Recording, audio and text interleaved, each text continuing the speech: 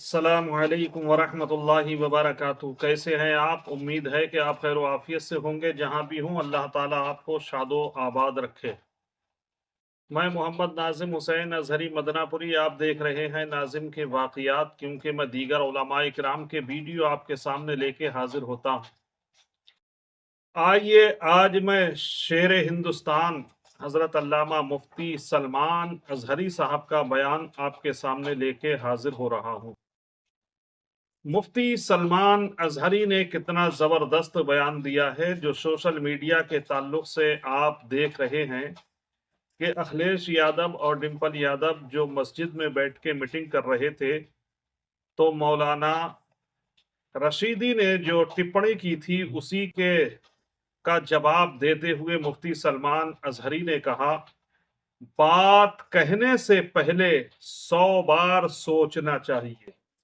جو انسان بات کہنے سے پہلے سوچ سمجھ کے بولتا ہے وہ کبھی غلط نہیں بولتا، اور جو ٹوٹ بول جاتا ہے وہ غلط بولتا ہے۔ آئیے مفتی سلمان اظہری کے بیان کو سنتے ہیں۔ آپ کی اسکرین پہ حاضر ہے، بیان کو پورا سنیے۔ زبان سے دیا ہوا زخم نہیں سوکھتا، بولنے سے پہلے 1000 بار اس بات کو خیال ہونا چاہیے کہ میں جس کو بول رہا ہوں کہیں اس کا دل چھلنی تو نہیں ہو جائے۔ میری زبان یہ ہوتی 50 گرام کی چھوٹی زبان ہے، لیکن بڑے بڑے لوگوں کے کلیجے چیر کر رکھتی ہے، بڑے بڑے لوگوں کے دلوں میں سوراخ کر کے رکھتی ہے، زخمی کر کے رکھتی ہے اس کا استعمال۔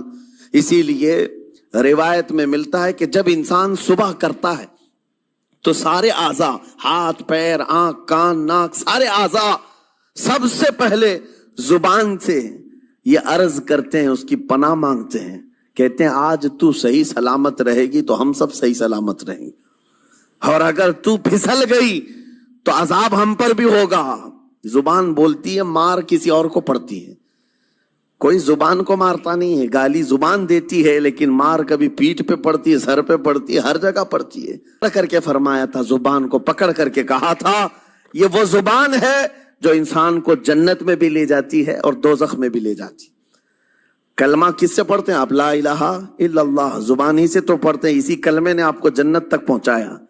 اور کافر جو کفر کرتا ہے وہ بھی زبان سے ہی کرتا ہے، اور زبان اسے ہمیشہ کی دوزخ میں لے جاتی ہے۔ اس زبان کو چلانے سے پہلے 1000 بار سوچ لیں کہ آج لہجوں کی سختیاں بڑھتی چلی گئیں، اور آپ کو پتا ہے قرآن پاک میں رب تعالیٰ نے یہ فرمایا، وَلَا تَقُلْ لَهُمَا اُفٍّ وَلَا تَنْهَرْهُمَا، والدین کے بارے میں بچوں کو کیا کہا گیا؟ ان کو اف تک نہ کہو۔ لیکن زبان جب کھلتی ہے نا، ماں باپ کے خلاف نوجوانوں کو ہم نے دیکھا ہے گالی گلوچ کرتے ہوئے اور اتنی بری باتیں کہتے ہوئے، معاذ اللہ۔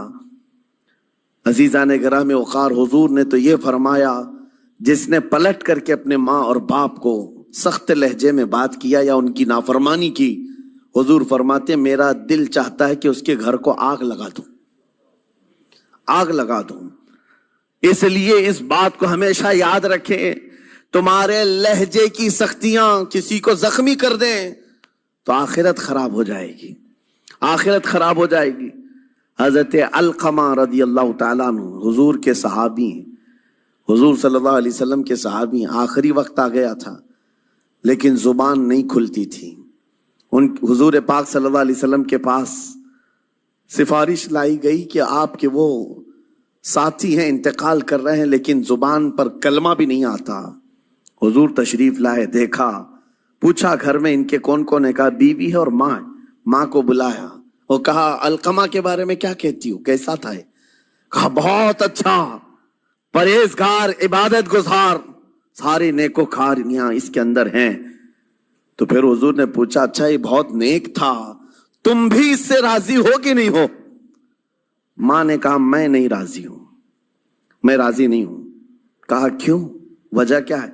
کہا یا رسول اللہ میرا اکلوتا بیٹا، میرا تنہا بیٹا تھا، بڑی محبتوں کے ساتھ اس کو پالا تھا، اور جب میں نے اس کی شادی کی اپنی بیوی کو لایا، اور جب بیوی گھر پر آ گئی تو میری بات کو ہلکے میں لیتا، اپنی بیوی کی بات کو فوقیت دیتا، ترجیح دیتا، اور اس وقت غالباً یہ باتیں تھی کہ زبان سے کوئی کلمہ ان کے نکلا ہوگا جو بیوی کی حمایت میں تھی، ماں کو تکلیف پہنچ گئی، کہا میرا دل گوارا نہیں کرتا، میں اس سے راضی نہیں ہوں، باقی وہ بہت نیک بندہ ہے، بہت اچھا ہے۔ حضور نے فرمایا دیکھو زندگی کے آخری پڑاؤ پر آ چکا ہے، روح نکلنے کو ہے، معاف کر دو۔ وہ بھی صحابیہ تھی، انہوں نے کہا آقا آپ کا حکم ہے یا مشورہ ہے؟ اگر حکم ہے تو پھر ماننا ہے۔ حضور نے فرمایا نہیں، حکم نہیں، مشورہ ہے۔ کہا مشورہ ہے تو پھر دل نہیں چاہتا، دل نہیں چاہتا۔ حضور نے فرمایا صحابہ سے کہ لکڑیاں جمع کرو، آگ لگاؤ اور انہیں اٹھاؤ، آگ میں ڈال دو۔ آگ دہکائی گئی تو ماں کی ظاہر سی بات ہے ممتا بے چین ہو گئی۔ کہا ان کو میرے سامنے آگ میں ڈالیں گے؟ کہا ہاں، اس سے بہتر ہے کہ وہاں جلے گا، یہاں جلے۔ وہ ماں کہتی آقا آپ گواہ ہو جائیں، میں اپنے بیٹے کو معاف کرتی ہوں۔ ادھر معاف کیا، ان کی زبان پر کلمہ طیبہ جاری ہوا۔ میرے عزیزو یہ بتانا مقصود اس لیے ہے کہ زبان سے دیے ہوئے زخم خواہ والدین کو ہو، یہ معمولی نہیں ہوتے۔ ہو سکتا ہے آخری وقت تمہاری زبان بند ہو جائے اور کلمہ طیبہ بھی نہ جاری ہو، زبان کھلنے بھی نہ لگے، یہ حالات آ جائیں گے۔ اس لیے اپنی زبان کا کنٹرول برقرار رکھو، کس سے کیا کہنا ہے۔ ابھی میں اس کا دوسرا پارٹ بھی بتاتا ہوں زبان کے استعمال کا۔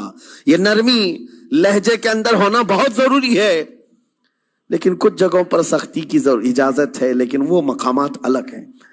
نرم لہجہ حضور پاک صلی اللہ تعالی علیہ وسلم کے فرامین میں سے ہے۔ ایک بات بڑی، بغداد مقدسہ میں نے ایک ولی پاک کی زیارت کی، ان کے آستانے پر بھی میں ابھی بیان کیا تھا۔ حضرت بہلول دانا مجذوب بزرگ تھے، اور بغداد کی گلیوں میں کہیں پر بھی بیٹھ جاتے تھے، اور جو جانکار تھے وہ سمجھتے تھے یہ اللہ والا بندہ ہے۔ مجذوب کس کو کہتے ہیں؟ جس کی یاد الہی میں عقل فنا ہو گئی، ختم ہو گئی، اللہ کے ذکر میں اور اللہ کی یاد میں اپنے آپ کو فنا کر دیا ہے، اس کے اوپر شریعت کا قلم نہیں۔ ظاہر سی بات ہے شریعت کے سارے احکام اس پر ہیں جس کی عقل سلامت ہے۔ سنا آپ نے مفتی سلمان ازہری کے بیان کو، شعر شعر ہی ہوتا ہے، کہیں ہچکچا کے نہیں بولتا، بلکہ جو بات بولتا ہے سچی اور اچھی بولتا ہے۔ مفتی سلمان ازہری نے کتنا منہ توڑ جواب دیتے ہوئے کہا ساجد رشیدی کے بارے میں۔ مولانا ساجد رشیدی نے جو ٹپڑی کی تھی، بغیر ہی سوچے سمجھے جو سمجھ میں آیا وہ بول دیا، اور بولنے کے بعد میں ان پہ کافی گمبھیر آروپ بھی لگ گئے۔ تو اسی تعلق سے مولانا مفتی سلمان ازہری نے ہمیں اور آپ کو سمجھانے کی کوشش کی کہ بات کہنے سے پہلے ضرور سوچ لینا چاہیے کہ میں جو بول رہا ہوں وہ بات کہاں جائے گی اور وہ بات کہاں تک پہنچے گی۔ مفتی سلمان ازہری نے ہمیں سب کچھ سمجھا دیا اور بتا دیا۔ مفتی سلمان ازہری کا بیان آپ کو کیسا لگا؟ اگر اچھا لگا تو ویڈیو کو لائک، شیئر اور چینل کو سبسکرائب ضرور کریں۔